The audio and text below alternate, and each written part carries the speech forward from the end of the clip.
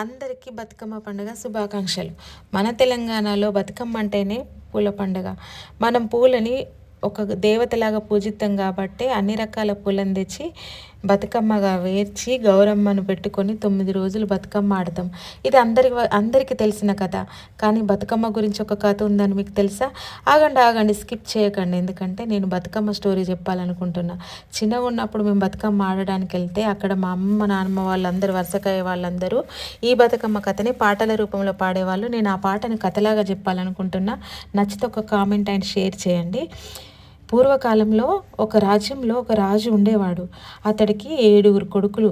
7 సంతానం తర్వాత ఆడపిల్ల కోసం చాలా సంవత్సరాలు ఎదురు చూశారు. కానీ ఆడపిల్ల అనేది వాళ్ళకి జన్మించలేదు. అందుకని చెప్పేసి వాళ్ళు ఎన్నో యాగాలు, యజ్ఞాలు, పూజలు, వ్రతాలు ఎన్నో సంవత్సరాలు చేయగా ఒకరోజు వాళ్ళ రాజు తపస్సు చేస్తాడు, నాకు ఒక ఆడపిల్ల పుట్టాలని. అప్పుడు వాళ్ళకు ఒక ఆడపిల్ల పుడుతుంది. చాలా సంవత్సరాల తర్వాత ఒక ఆడపిల్ల జన్మించగానే వాళ్ళ ఊర్లో మంచి జరుగుతుంది. అందరికీ మంచి మంచి పంటలు, వర్షాలు లేకపోతే వర్షాలు అట్లా వచ్చేస్తాయి. అందుకని చెప్పేసి ఆమె రాక ఆ ఊరికి మంచి జరిగిందని, వాళ్ళ నాన్న రాజ్యం బాగుపడిందని ఆ పిల్లని ఎంతో అల్లారు ముద్దుగా పెంచి పెద్ద చేస్తాడు.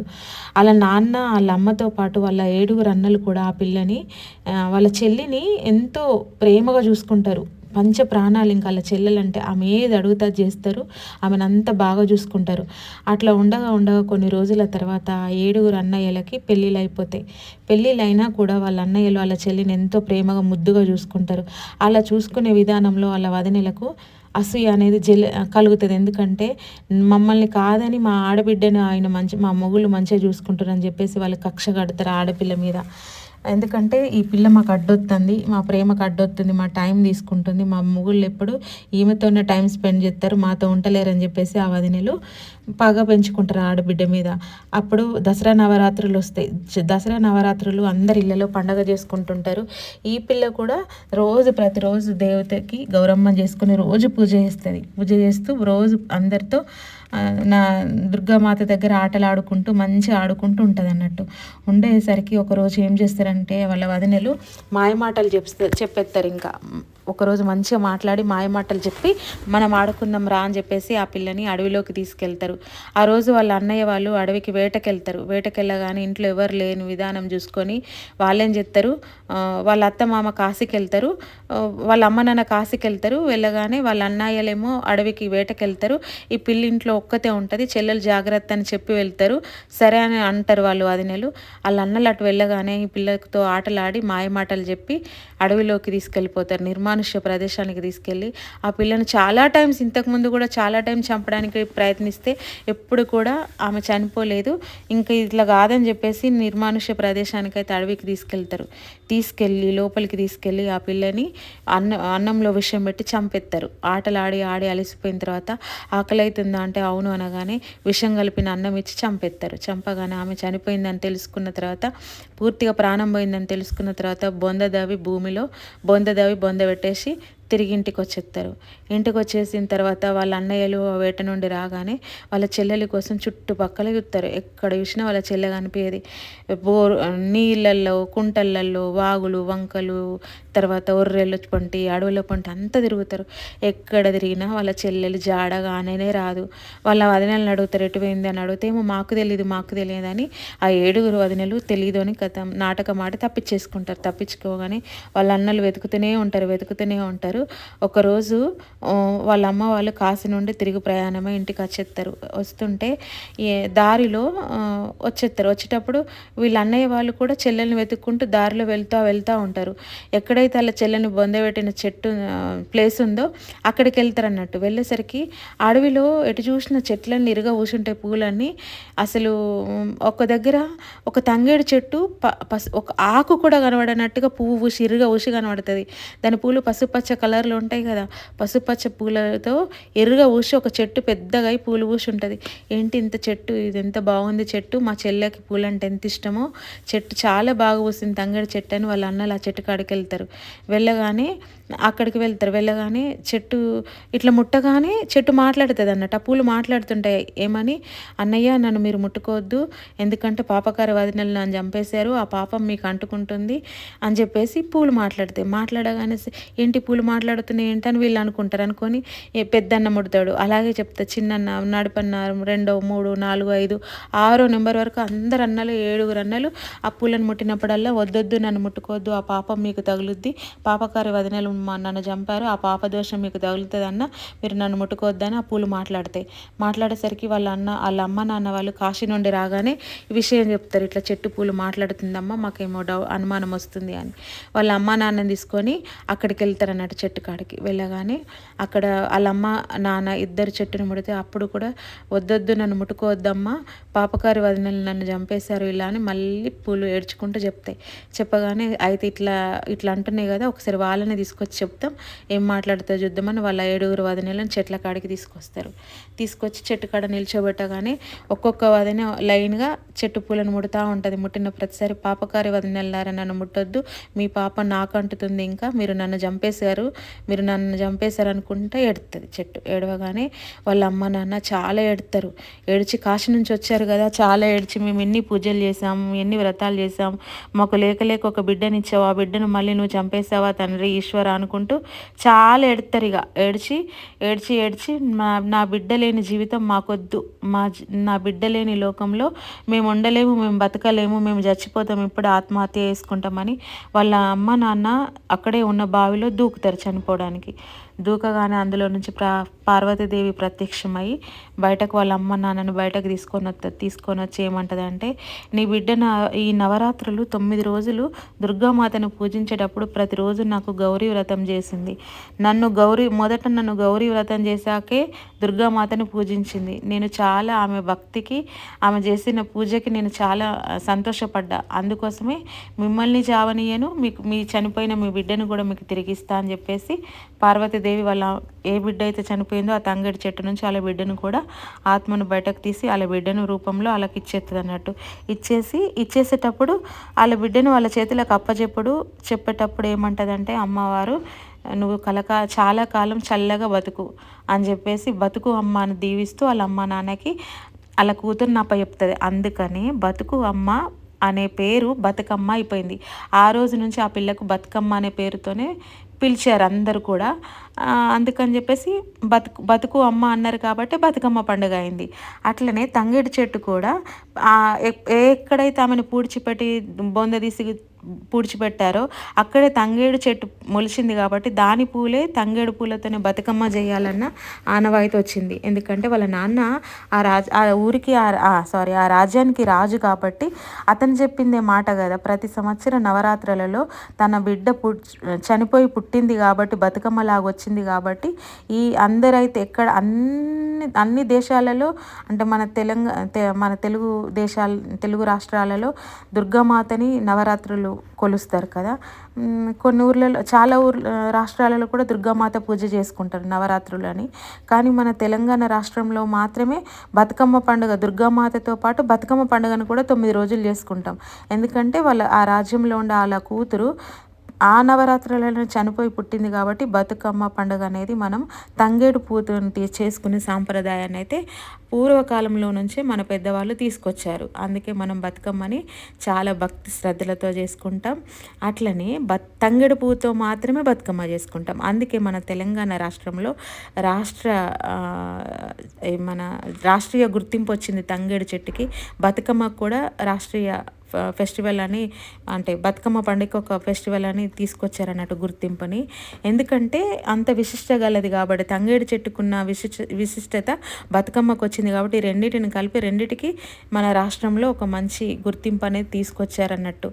అందుకే బతుకమ్మ పండుగను మనం 9 రోజులు 9 రకాల పూలు కాదు చాలా రకాల పూలతో మనం పూజ చేసుకొని, అంతేకాదు ఇంకా మా తెలంగాణలో ఎట్లా చేస్తారంటే సత్తుపిండులు చేస్తాం బతుకమ్మ పండుగకి. ఇట్లా బతుకమ్మ తయారు చేసి పూలతో తయారు చేసి అన్ని రకాల పూలతో, తంగేడు పూలతో అన్ని రకాల పూలు తీసుకొచ్చి, తంగేడు పూలు అన్నీ తీసుకొచ్చి ఫస్ట్ వరుస తంగేడు ఆకులు పెట్టి, తర్వాత బంతి పూలు, గునుగ పూలు, పట్టు కుచ్చులు, రకరకాల పూలు పెట్టి బతుకమ్మని అయితే చేసుకొని దాంతోపాటు అమ్మవారికి నైవేద్యం పెడతాం. ఏంటో తెలుసా? అవి సత్తిపిండులు, పెసర, మక్క, తర్వాత వరిపిండి, బియ్యపు పిండి, తర్వాత నువ్వుల పిండి, కొబ్బరి పిండి, పల్లి పిండి అని రకరకాల 9 రకాల సత్తుపిండులు చేసి బెల్లం కానీ చక్కెర కానీ నెయ్యి కలుపుకొని చేసి అమ్మవారికి అయితే బతుకమ్మ రోజు నైవేద్యం అయితే పెడతాం. పెట్టేసి అందరూ ఆడుతూ రాత్రి అంతా ఆడుతూనే ఉంటారు బతుకమ్మ. లాస్ట్కి వస్తే చెరువులు వేయడానికి వెళ్ళినప్పుడు ఒకరికొకరు మన చుట్టుపక్కల ఉన్న మన వాళ్ళందరికీ తాంబూలంలో పేర్చుకుంటాం కదా బతుకమ్మని. అందులో నుంచి గౌరమ్మని సపరేట్ చేసుకొని గౌరమ్మను అందులో పెట్టి ఇస్తినమ్మ వాయనం పుచ్చుకుంటున్నమ్మ వాయనం అని చెప్పేసి అందరం పసుపు కుంకుమ ఒకరికొకరు పెట్టుకున్న తర్వాత సత్తుపిండిని కూడా ఒకరికొకరు నోట్లో వేసుకొని తినిపిస్తారు అన్నట్టు. ఇది మా తెలంగాణలో అందరు చేసుకునే పండగ. తెలుగు రాష్ట్రాల్లో చేసుకునేది మాత్రం అందరు కలిసి చేసుకునేది అయితే దుర్గా నవరాత్రులు. కానీ తెలంగాణలో చేసుకునేది మాత్రం బతుకమ్మ పండుగ. అందుకనే దీనికి మంచి పేరు, మంచి ఏమంటారు గౌరవం దక్కింది. ఈ రోజైతే మేమైతే ఆఫీస్లో సెలబ్రేషన్ చేస్తున్నాం. ఎందుకంటే దసరా అప్పుడు అందరికీ హాలిడేస్ ఉంటాయి కాబట్టి అందరు ఊర్లలోకి వెళ్తారు. బతుకమ్మ సెలబ్రేషన్ చేయడానికి వీలు కాదు కాబట్టి మేము 3వ రోజే ఇక్కడ బతుకమ్మ సెలబ్రేషన్ అయితే స్టార్ట్ చేసాం. ఒకరోజు ముందే మేము తంగడ పువ్వు, తర్వాత పట్టుకుచ్చులు, గునుగు పూలు అన్నీ తీసుకొచ్చినాం, బంతి పూలు అన్నీ. ఇంక ఈ రోజైతే మేమైతే బతుకమ్మ అయితే సెలబ్రేట్ చేయడానికి అనుకొని ఇంకా తయారు చేస్తున్నాం. చూసారా బతుకమ్మను కుప్పగా అయితే పేర్చుతున్నాం. ఇది అందరికీ రాదు. మా కరీంనగర్ సైడ్ వాళ్ళు అయితే మంచిగా బతుకమ్మ వేరుస్తారు. హైదరాబాద్లో ఉండే వాళ్ళైతే దారాలతో కట్టి చేస్తారు. మేము ఏ దారంతో అయితే కట్టాం, డైరెక్ట్ పేర్చేస్తాం అన్నట్టు. ఇట్లనే మంచిగా అసలు మాకు అనిపిస్తుంది మేము వీళ్ళకంటే బాగానే బతుకమ్మ చేస్తాం. తాడుతో అయితే ఎక్కడ కట్టము. నేనైతే బంతిపూలు గుచ్చుతున్నాను, ఎందుకంటే బయట డెకరేషన్ డోర్స్కి, తర్వాత రిసెప్షన్ ఏరియా అంతా డెకరేషన్ చేయడానికి అని చెప్పేసి నేను బంతిపూలు అయితే గుచ్చుతున్నా. నిజంగా చెప్తున్నా, ఈ బతుకమ్మ ఆడాలంటే ఒక అదృష్టం ఉండాలి. అసలు తెలంగాణలో పుట్టడం ఒక అదృష్టం. అయితే ఈ బతుకమ్మ ఆడడం ఇంకా నెక్స్ట్ లెవెల్ అన్నట్టు. ఇది సంవత్సరంకి ఒకసారి వచ్చే పండగ. ఈసారి ఆడుతుంటే మేము మళ్ళీ ఇప్పుడు నెక్స్ట్ ఇయర్ ఎప్పుడు వస్తుందా అని మేము ఎదురు చూస్తాం అన్నట్టు. ఈ బతుకమ్మ పండగకి అంత బాగా చేసుకుంటాం. ఉన్న వాళ్ళైనా లేని వాళ్ళైనా సరే బతుకమ్మ పండగని డబ్బుతో సంబంధం లేదు ఇక్కడ, భక్తితోనే సంబంధం. ఉన్నవాళ్ళు ఉన్నంతలో, లేని వాళ్ళు లేనంతలో వాళ్ళకి కలిగిన దాంట్లో బతుకమ్మని అయితే సెలబ్రేట్ చేసుకుంటారు.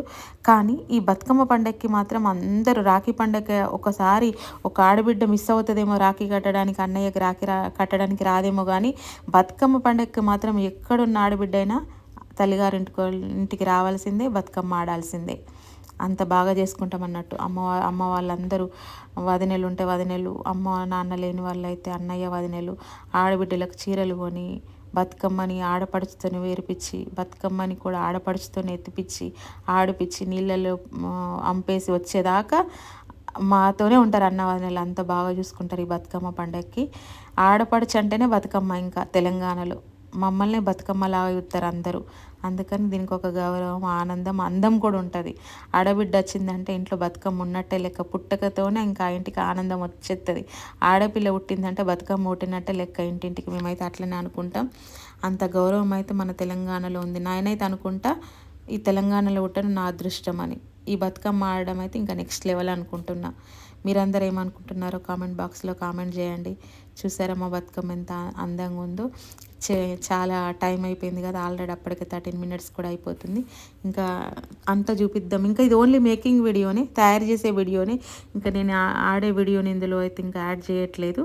పుల్లలన్నీ అట్లా మా అమ్మ వాళ్ళందరూ కట్ చేసి ఇస్తారు. ఎందుకంటే బంతిపూలు తొడిమేలు ఉండవు కదా, కాడ లేకపోయేసరికి జారి పడిపోతాయి అని చిన్న చిన్న పుల్లల్ని అట్లా గుచ్చేసి పెడతాం. అగరబత్తీలకు వచ్చే పుల్లలు లాంటివి ఉంటాయి కదా, అలా వాటితోనైతే మేము పుల్లలు పెట్టేస్తున్నాం. ఇంకా మా వాళ్ళు కంకబద్దలతోనే ఇట్లా చీర్చిచ్చేసిరు పుల్లల్ని. వాటిని మేము ఇరిచి ఇంక ఇట్లా పెట్టేసుకున్నాం. చూసారా ఎల్లో కలర్వి, కొంచెం లైట్ ఆరెంజ్ కలర్ పట్టు కుచ్చులు ఇవన్నీ పెట్టి అయితే పేరుతున్నాం. స్టాఫ్ అందరూ అయితే ఈరోజు అందరూ మంచిగా రెడీ అయ్యి వచ్చారు. ఫ్రెండ్స్ అందరూ ఇంకా వాళ్ళందరూ రెడీ అవుతున్నారు. అందుకే మేము 3 members ఉన్నాం ఇక్కడ. మేమే ఇంకా అల్లుతున్నాం బతుకమ్మని, ఇట్లా పేర్చుతున్నాం అన్నట్టు.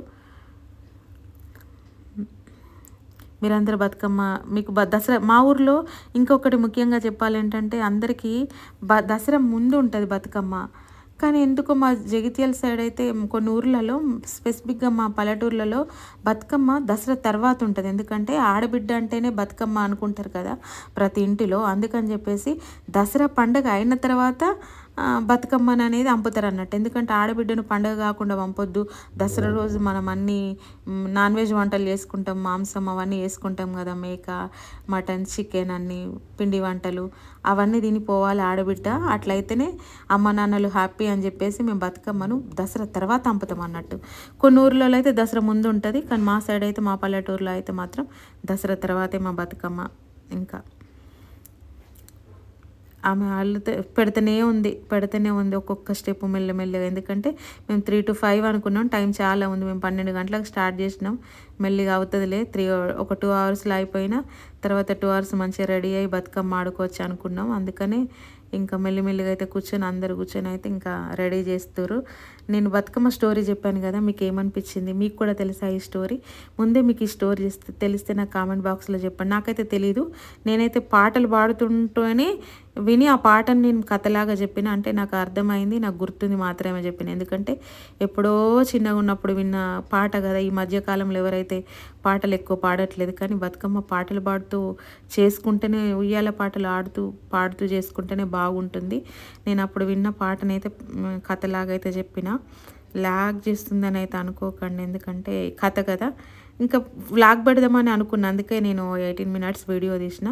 కొంచెం ఇబ్బంది పడకుండా నన్ను భరించి, నా వీడియోని కూడా భరించి, నేను చెప్పే మాటలు వినడం కూడా విసుగ్గా అనుకోకుండా కొంచెం ఓపికతో వింటూ నన్ను ఇట్లనే మీరు ఇంకా ఇంకా సపోర్ట్ చేయాలని కోరుకుంటూ, మీ అందరూ ఎవరైతే సబ్స్క్రైబర్స్ ఉన్నారో వాళ్ళందరూ ఎవరెవరైతే చూస్తారో వాళ్ళందరికీ థ్యాంక్ యూ చెబుతూ నా బతుకమ్మను అందరికీ షేర్ చేయమని అడుగుతున్నాను. ఎందుకంటే మనం పల్లెటూరులో ఉండి బతుకమ్మను వేర్చడం వేరు, అదే ఆఫీస్లో ఉండి పేర్చడం వేరు. ఎందుకంటే పల్లెటూరులో చాలా రకాలు ఉంటాయి, చాలా రకాల పూలు ఉంటాయి. మేమైతే బెల్లం పూలు పెడతాం, తర్వాత బ్లూ కలర్ ఉంటాయి కదా, కట్ల పూలు పెడతాం. కట్ల పూలు అంటే మేము కట్ల పూలు అంటాం వాటిని. ఇక్కడైతే వీళ్ళు ఏం పూలు అంటారు వాటిని? పల్లెటూరులో రాళ్ళ గోడల పైన రెడ్ కలర్ వస్తాయి బెల్లం పూలు, తర్వాత గుమ్మడి పూలు, తర్వాత కట్లె పూలు, అల్లి పూలు, అన్ని పూలు ఉంటాయి, రకరకాల పూలు ఉంటాయి. అసలు అడవిలో దొరికే అన్ని రకాల పూలు తీసుకొస్తాం.